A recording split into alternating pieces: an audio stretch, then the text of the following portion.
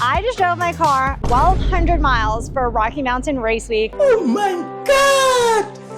Wow! And I'm gonna tell you all the things that went wrong with the car. Let's go check it out.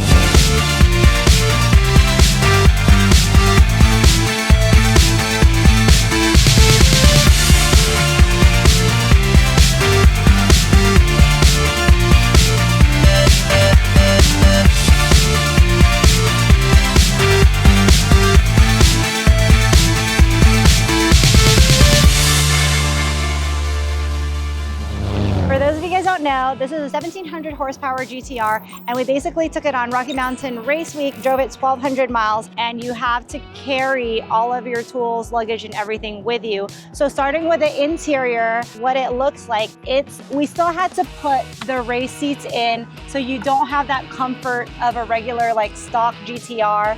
The race seats are pretty stiff, and going on these like 14-hour-long drives, it does start to get a bit uncomfortable. I'm also racing with this, or driving with this bar, and it also has like the net and everything. But as you can see, like from the interior, it still does have that full interior in quotes, but it still has those racing aspects, but doing those long drives makes it kind of uncomfortable. And the parachute handle, for instance, like if you are a passenger, it is like pushing right up under your leg. And so we do have to relocate where this is and maybe just kind of put it down here with a removable handle. So this trip showed me some of the changes that I'd like to make for the future Drag and Drives that we do. We're probably gonna have a removable handle, so it is just more comfortable too. So another thing is we didn't have time to put the trans cooler in. So we were watching the temperature of the car, and we found that the sweet spot was going 55 miles an hour, and that still kept it consistent where it wasn't like overheating. So right here you could see the temp gauges, and anytime we went like from over 60 miles an hour, within 30 minutes, the trans temp was going over 240. Oh, that's hot. That's hot. And we had to like constantly like keep pulling over, letting the car cool down before we can drive again. So next time, if we had to change it, we are gonna have the trans cooler, and it makes a huge difference, especially when you're going on these like long drives. So this is the gauge while we were looking at when we were driving. Obviously we didn't drive it, so it's 87 right now, but we didn't want it to get past 240. So every time it did that, which it did quite a bit because it was also like over 100-degree weather, we had to keep pulling over on these drives. And another thing that also happened during this drive, like if you guys care about having like a super clean, pretty detailed car, you are not gonna get that on these long drives. Ow! So as you can see, there is so much dirt and little just gross things on the floor. And oh, can you get a moment for my shoes too? Super cute. And there's like little chips over here on this panel. On that side, you can see it fell out. So there's just things like there's dust right here. So there's dust that collects on these drives. Even, I wanna show y'all the exterior of the car we were driving, and there's like just so much just debris on the ground. We ended up running over a piece of a tire, and they buffed it out really well, but right here you can see like it did like scrape a bit. So you do have to be careful about the damage that it's gonna cause aesthetically to your car. We already got the car wash, but up front here, it was like a blanket of dead bugs too. And I'm sure that's not good for the paint. So you can't be pretty when you go on these drives because the car is gonna be a mess. Another thing, the gas tank is cut in half, and we had probably like 100-mile range. Okay, so essentially we're saving the weight of the fuel instead of the weight of the tank, because having 5 gallons is basically like having a full tank of gas instead of a half tank of gas, because it's all condensed in one side. So we had to constantly keep putting gas, so it was probably like 10 miles per gallon. But on the, I guess, positive side, because we were having to make stops for the car to cool down, by the time we were like reaching empty, we had to pull over anyway to put more gas in. I don't know if I would change the gas tank to be a full-size gas tank for the future Drag and Drive, but it's something to consider. If you do have a cut in half gas tank, you are gonna have to pull over more. And sometimes we are in the middle of nowhere, y'all, and it could be running on empty. I was running on empty for like 30 minutes and I'm like, holy crap, we're just gonna run out of gas. And just luckily we did pack a small like drum of gas just in case that happened. So we were prepared for everything. I was born ready.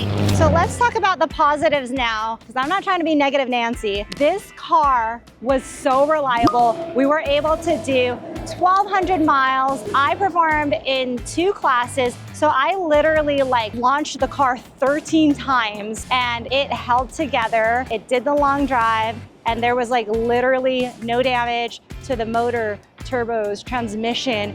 I can pretty much go on another like 1,200 mile drive right now. Like literally when we got back from the last race, I brought it to Cars and Coffee South Lake the following morning and I drove the car there after doing this whole like long stint. So it's definitely well built by Jotech Motorsports and you can have that. You don't have to choose if you want that race car and just like a regular car you could drive and have this be like just a trailer queen. You can race it, launch it, drive it, and do all you want. And it was just so reliable for me. All right, guys, I just wanted to show you guys my 3rd place trophy that I won with Rocky Mountain Raceweek this go around. And it was the 9.0 class. We didn't get to test the car consistently as much. It was just like a time issue. So hence the 3rd, but last year I got 1st place. So hopefully in June, we can come back to the 1st place. But I'm still super proud of everybody that worked so hard on the car and we accomplished 3rd. So check out the craftsmanship on this. This is laser cut metal and they layered it very detailed, very cool. One of the coolest trophies that I've received. So it's very special. So you guys get your trophy from Rocky Mountain Raceweek. So this race is about reliability and consistency. It was grueling, it was really hard, lots of hard work, trying to get the car consistent in the different altitudes and weather conditions, but the hard work definitely paid off and I'm so proud of the guys at Jotech Motorsports and maybe y'all could win one too, so hopefully I'll see you guys in June. So overall, even with the cons, I would definitely 100% do it again. There was like way more benefits. There is the little like creature discomforts or whatever, but it was definitely worth it. We are gonna be coming back in June and this is gonna be a Rocky Mountain Mega Race Week because they are combining 1.0 and 2.0 together and they are doing a morning shift for 1.0 and a night shift for 2.0. So it's gonna be a lot of racing and I would probably do 2 classes again. We're gonna get the car dialed in better so we can take that 1st place home again. So it's gonna be great. But we had such a great experience. Matt and June, who run the event, they were very accommodating. Everybody was very friendly. And I encourage you guys, like there's pretty much a class for everybody, like even a 14-second class. So I encourage more people to come out and you guys can come race with us.